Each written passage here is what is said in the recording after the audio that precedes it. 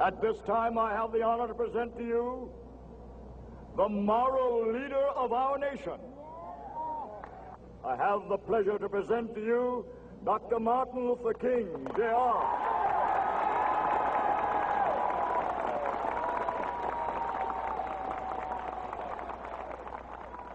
I am happy to join with you today in what will go down in history as the greatest demonstration for freedom in the history of our nation.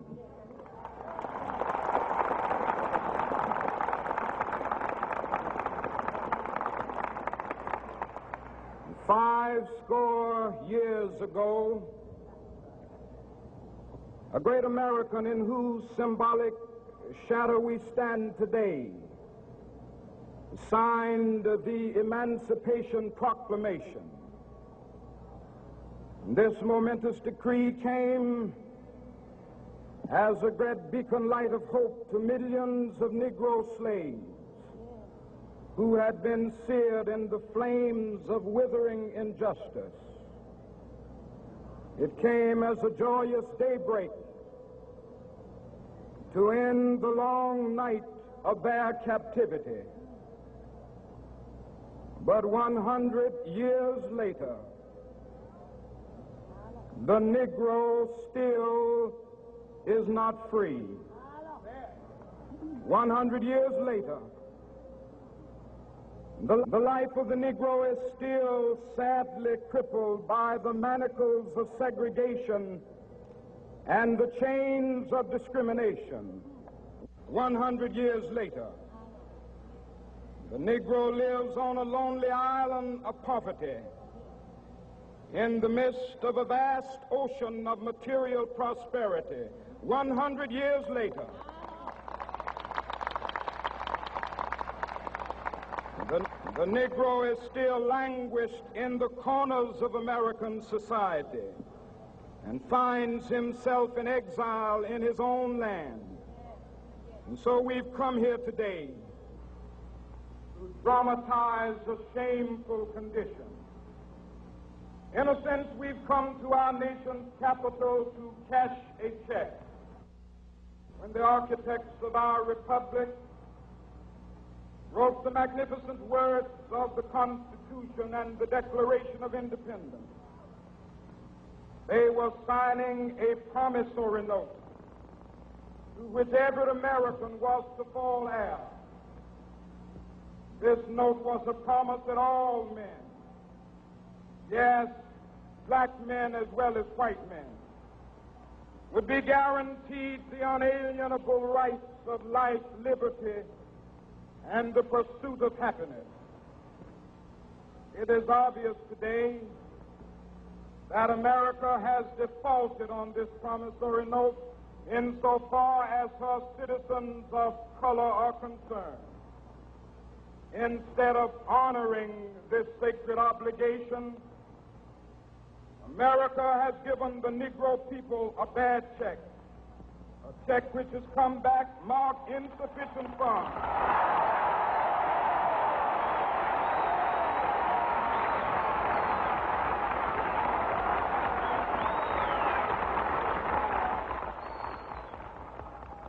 But we refuse to believe that the Bank of Justice is bankrupt. We refuse to believe that there are insufficient funds in the great vaults of opportunity of this nation.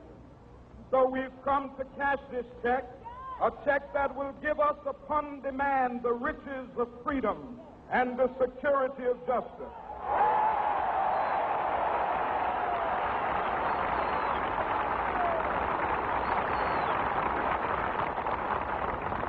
We have also come to this hallowed spot to remind America of the fierce urgency of now. This is no time to engage in the luxury of cooling off or to take the tranquilizing drug of gradualism.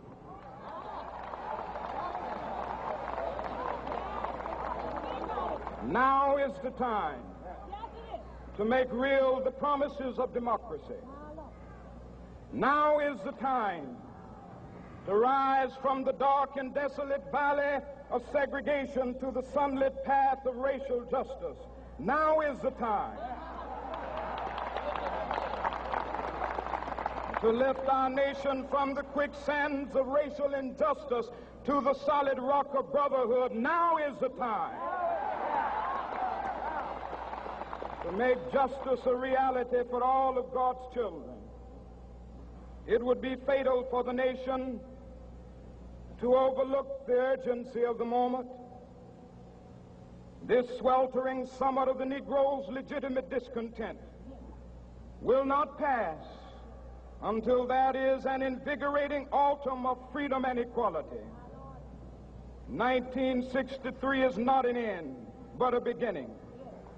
Those who hope that the Negro needed to blow off steam and will now be content will have a rude awakening if the nation returns to business as usual.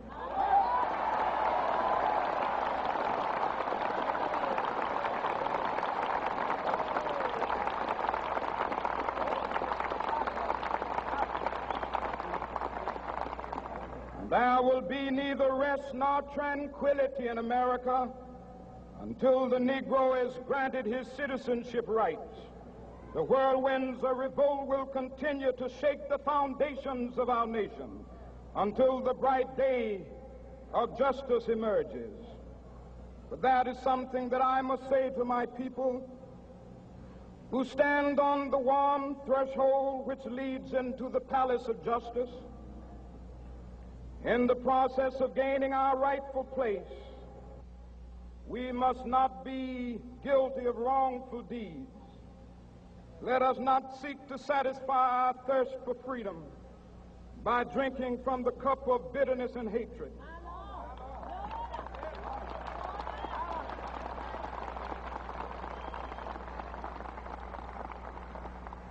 We must forever conduct our struggle on the high plane of dignity and discipline. We must not allow our creative protests to degenerate into physical violence. Again and again, we must rise to the majestic heights of meeting physical force with soul force. The marvelous new militancy which has engulfed the Negro community must not lead us to a distrust of all white people. For many of our white brothers, as evidenced by their presence here today, have come to realize that their destiny is tied up with our destiny.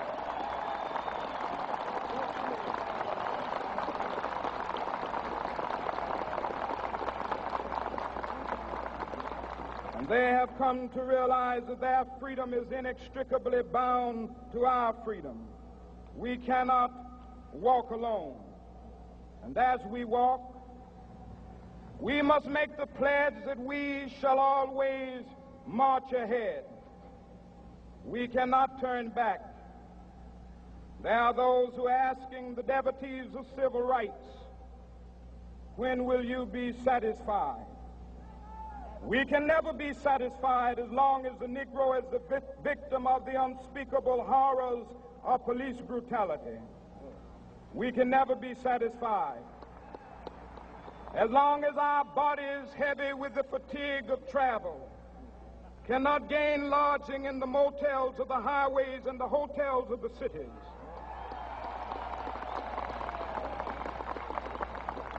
We cannot be satisfied as long as the Negro's basic mobility is from a smaller ghetto to a larger one.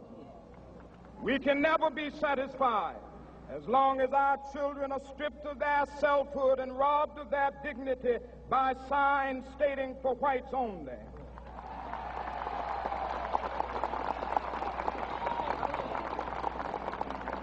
We cannot be satisfied as long as a Negro in Mississippi cannot vote and a Negro in New York believes he has nothing for which to vote.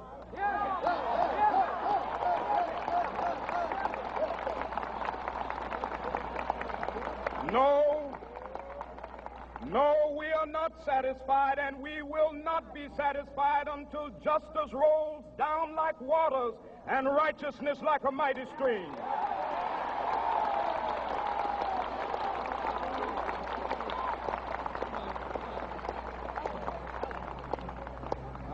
not unmindful that some of you have come here out of great trials and tribulations. Some of you have come fresh from narrow jail cells. Some of you have come from areas where your quest for freedom left you battered by the storms of persecution and staggered by the winds of police brutality. You have been the veterans of creative suffering. Continue to work with the faith that unearned suffering is redemptive. Go back to Mississippi. Go back to Alabama. Go back to South Carolina. Go back to Georgia. Go back to Louisiana. Go back to the slums and ghettos of our northern cities. Knowing that somehow this situation can and will be changed. Let us not wallow in the valley of despair. I say to you today, my friend,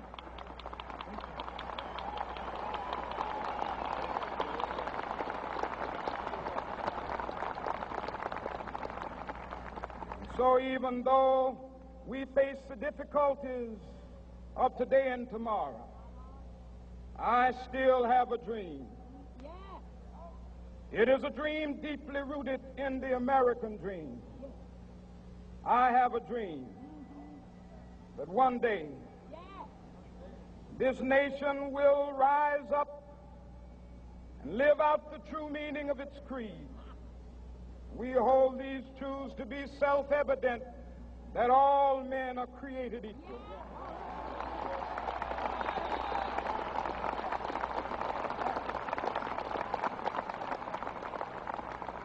I have a dream that one day on the red hills of Georgia, the sons of former slaves and the sons of former slave owners will be able to sit down together at the table of brotherhood. I have a dream that one day,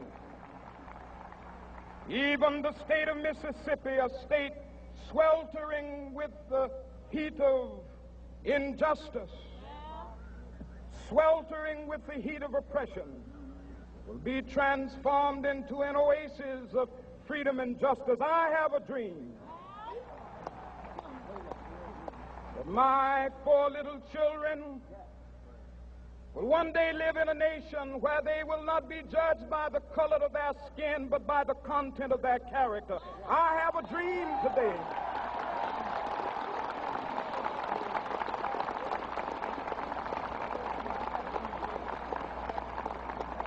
I have a dream that one day down in Alabama, with its vicious racists, with its governor having his lips dripping with the words of interposition and nullification, one day right there in Alabama, little black boys and black girls will be able to join hands with little white boys and white girls as sisters and brothers. I have a dream today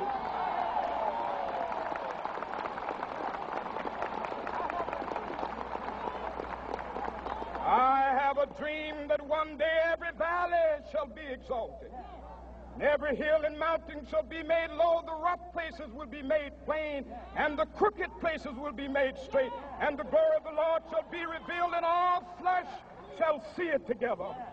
This is our hope. This is a faith that I go back to the South with. With this faith, we will be able to hew out of the mountain of despair a stone of hope. With this faith, we will be able to transform the jangling discords of our nation into a beautiful symphony of brotherhood. With this faith, we will be able to work together, to pray together, to struggle together, to go to jail together, to stand up for freedom together, knowing that we will be free one day. This will be the day. This will be the day when all of God's children will be able to sing with new meaning, "My country, 'tis of thee. Sweet land of liberty, of thee I sing. Land where my fathers died, land of the pilgrim's pride. From every mountainside, Let freedom ring, and if America is to be a great nation, this must become true. And so let freedom ring from the prodigious hilltops of New Hampshire.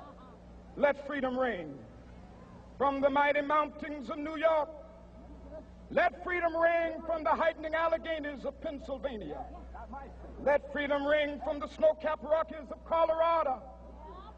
Let freedom ring from the curvaceous slopes of California. But not only that, let freedom ring from Stone Mountain of Georgia. Let freedom ring from Lookout Mountain of Tennessee. Let freedom ring from every hill and molehill of Mississippi, from every mountainside. Let freedom ring, and when this happens,